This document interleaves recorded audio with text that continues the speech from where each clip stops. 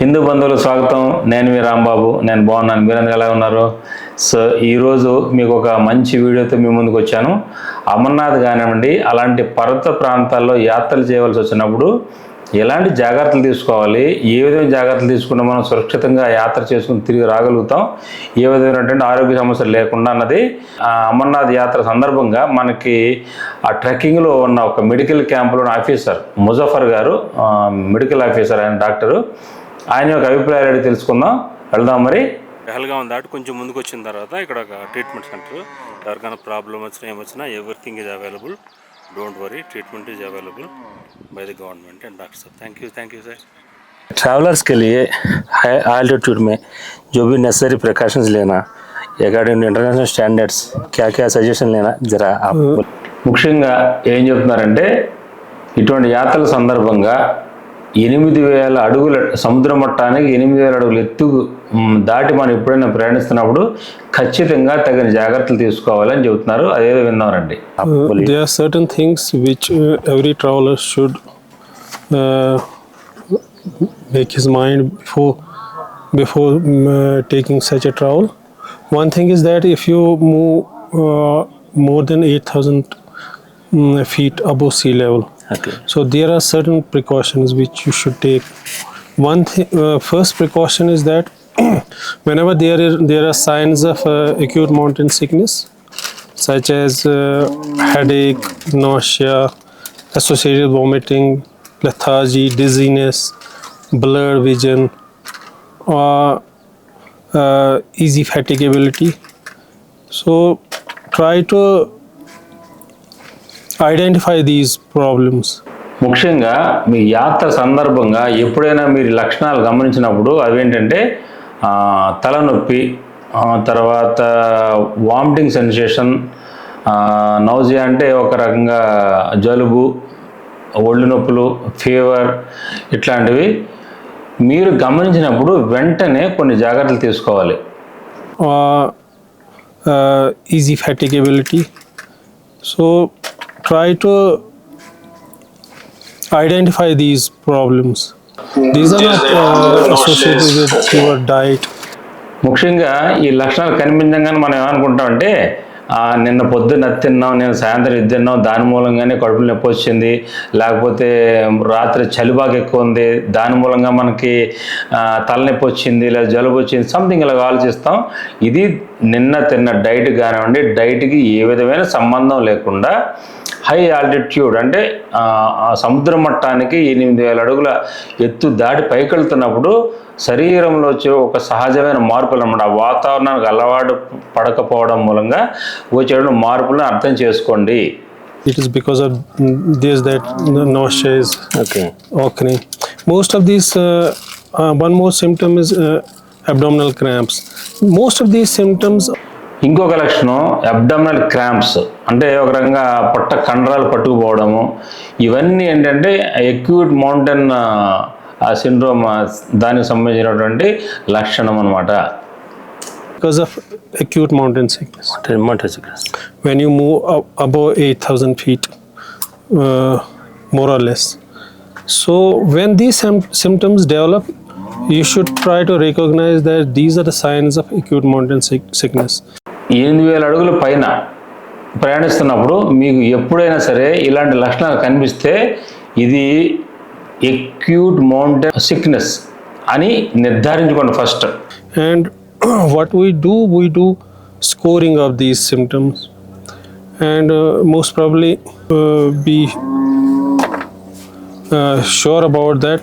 If these symptoms develop, it is better to ascend slowly, ascend with short steps, take rest after every 15 to 20 steps. మీకు ఇలాంటి లక్షణాలు కనిపించి acute mountain sickness అని నిర్ధారించుకున్న తర్వాత మీరు తీసుకోవాలని కొన్ని జాగ్రత్తలు. చాలా నెమ్మదిగా నడవాలి, ఒకటి, నెంబర్ 1. నెంబర్ 2, ప్రతి 15-20 అడుగులకి ఒక్కసారి ఆగి రెస్ట్ తీసుకోండి. ఇది మొట్టమొదటిగా చేయవలసిన పని అనమాట. How many steps per day, sir, after 8,000 feet? I think as per guidelines, as per international guidelines, you should not ascend more than 500 feet. Great thing. This is no one can. More than idea 500 feet per day. Third point, international trekking standards ప్రకారంగా 8,000 అడుగులు ఎత్తు దాటిన తర్వాత సముద్ర మట్టానికి ఒక రోజుకి 500 అడుగులకు మించి ఎవరు కూడా ఎక్కకూడదు. అది సజెస్టబుల్ కాదని అంతర్జాతీయ నియమాలు మనకు తెలియజేస్తున్నాయి. ఇది బాగా గుర్తుపెట్టుకోండి. Okay.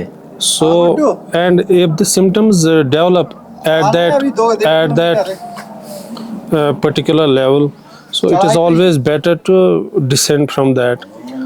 మరొక ముఖ్యమైన విషయం, ఇటువంటి విషయాలు ఇటువంటి ప్రాబ్లమ్స్ మీకు వచ్చి ఇది అక్యూట్ మౌంటైన్ సిక్నెస్ అని అర్థమయ్యి మీరు స్లోగా నడుస్తున్నారు, ఇవన్నీ చేస్తున్నారు, then still if you feel any problem, అలా ప్రాబ్లం ఫీల్ కాకపోయినా కూడా ఫర్దర్గా పైకి ఎక్కడం మంచిది కాదండి. ద బెస్ట్ ట్రీట్మెంట్ అక్కడి నుంచి కిందకి దిగటమే. ఎందుకు అంటే పోను ఆక్సిజన్ లెవెల్స్ మనకి తక్కువ అవుతాయి. సో ఇంకా ప్రాబ్లం పెరుగుతుంది తప్పిస్తే తగ్గే అవకాశం ఉండదు. కాబట్టి ఎప్పుడైనా సరే ఇలాంటి ప్రాబ్లం వచ్చినప్పుడు బెటర్ కమ్ డౌన్, అంటే డిసెండ్ అని డాక్టర్ గారు చెప్తున్నారు. Because if you try to ascend, these acute mountain sickness signs and symptoms will further aggravate, and it will lead the patient into trouble.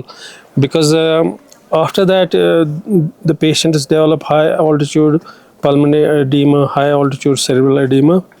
And one more thing is that before taking the yatras for such high altitude locations, you should try to prophylactically take certain medicines. One important medicine is acetazolamide.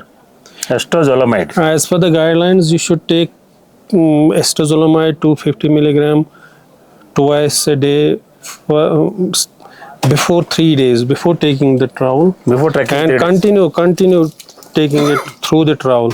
The result? The result is that it will prevent the High altitude sickness. yes, Okay. it will prevent from high altitude pulmonary edema. It will prevent the patient from high altitude cerebral edema, which most of the times takes the toll Okay. on the patient. లేదంటే నేను ఖచ్చితంగా నడవాల్సిందే అంటే కొంతమంది ఆధ్యాత్మికంగా కొంచెం సెంటిమెంటల్గా ఉంటారు. పైన అన్నీ పరమేశ్వరుడు చూసుకుంటాడని, లేకపోతే నా ముందు వెళ్ళిపోతున్నారని, లేదు మా బ్యాచ్ వాళ్ళు వెళ్ళిపోతున్నారని, something whatever the reason. మీరు కనుక ఫర్దర్గా ముందుకు ప్రొసీడ్ అయినట్టయితే ఈ నియమాలు పాటించకుండా ఈ ప్రాబ్లం ఇంకా సీరియస్ అయ్యి ఇంకా మీకు అధికమైనటువంటి ఇబ్బందులు, తీవ్రమైన ఇబ్బందులు కలిగే అవకాశం ఉందని డాక్టర్ గారు తెలియజేస్తున్నారు. ఇది ఫర్దర్గా ఎటువంటి ప్రాబ్లం దారితీస్తుందంటే ఊపిరితిత్తుల్లో నీరు చేరుకోవడము, మెదడుకి ఆక్సిజన్ అందక దాని యొక్క రక్త ప్రసరణలో లోపాలు వచ్చి రకరకాలుగా ప్రాబ్లమ్స్కి దారితీసే అవకాశం ఉంది. దీనికి ఒక చిన్న పరిష్కారం కూడా సూచిస్తున్నారు మన డాక్టర్ గారు. మీరు ఇటువంటి యాత్ర చేయడానికి 3 రోజుల ముందు నుంచి డాక్టర్ గారు చెప్పినట్టుగా స్పష్టంగా గమనించండి. ఎస్టోజోలమైట్ అనే ట్యాబ్లెట్ 250 mg ఉదయం ఒకటి సాయంత్రం ఒకటి 3 రోజుల ముందు నుంచి తీసుకుంటే కాస్త ఈ పరిణామాలు తగ్గే అవకాశం ఉందని తెలియజేస్తున్నారు.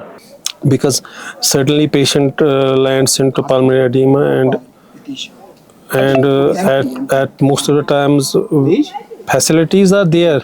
I will not say facilities are not there. Patients are being saved, patients are being evacuated, patients are being diagnosed at right time. But I think it is better to prevent these problems. Yeah. Prevention better than cure. Because at times in less than 2%, 3% cases, the time has gone at the time when the pulmonary edema occurs, and in certain patients you cannot treat them at that time, and they land in trouble, they go in coma and all that, then they go on to ventilators. మనకి యాత్రలో భాగంగా ప్రభుత్వం ఎన్ని అరేంజ్మెంట్లు చేసినా, ఎన్ని medical క్యాంపులు పెట్టినా, ఎన్ని చేసినా అవి ఖచ్చితంగా యాత్రికులకు సేవ చేస్తున్నాయి, రక్షిస్తాయి.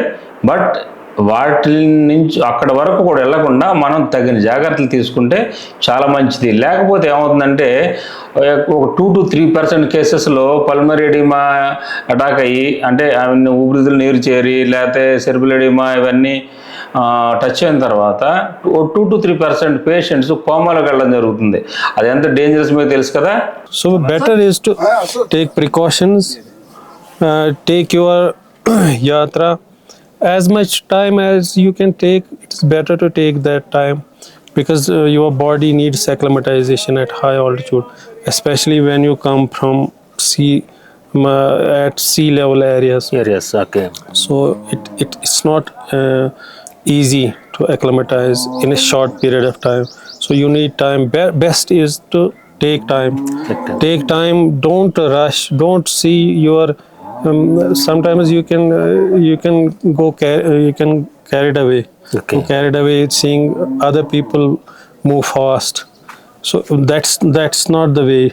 So better advice if symptom getting serious, descending is the best treatment. Best treatment is to descend.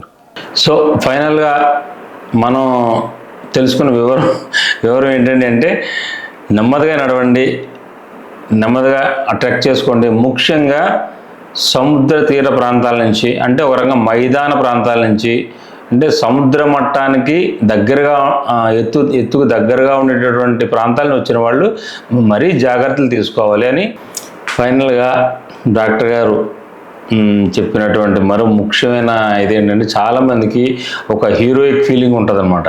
నేను చాలా స్ట్రాంగ్గా ఉన్నాను, నేను అంత కాదు ఇంత కాదు, నేను హీరో అని, నాకు అక్కడికి వెళ్తే ఏమీ కాదు, చూసుకుందాం అని బయలుదేరతారు కదా. అది తప్పు అని చెబుతున్నారు డాక్టర్ గారు. ఎందుకంటే బలానికి తర్వాత లేకపోతే నిన్న తిన్న ఆహారానికి ఏ విధమైన సంబంధం లేదు. ఇది అక్యూట్ మౌంటైన్ సిక్నెస్ అని ఒక స్పెషల్ ప్రాబ్లం. ఇది ఎందుకు వస్తుందంటే, మన శరీరం ఎత్తులో ఉండి తక్కువ ఆక్సిజన్ ఉండేటటువంటి వాతావరణం అలవాటు పడడానికి చాలా టైం పడుతుంది. అందు గురించి మనం చాలా స్లోగా నడుస్తూ డాక్టర్ గారు చెప్పినటువంటి సలహాలను పాటిస్తూ మీ యాత్ర మరింత విజయవంతంగా హ్యాపీగా చేసుకుంటారని ఈ వీడియో ద్వారా తెలియజేస్తున్నాను. సో ఈ వీడియో మీకు నచ్చినట్లయితే దయచేసి లైక్, షేర్, సబ్స్క్రైబ్ ఇలాంటి మరిన్ని వీడియోల కోసం. సో ఈరోజు ఈ వీడియో ఇంతటితో సైన్ ఆఫ్. జై శ్రీరామ్.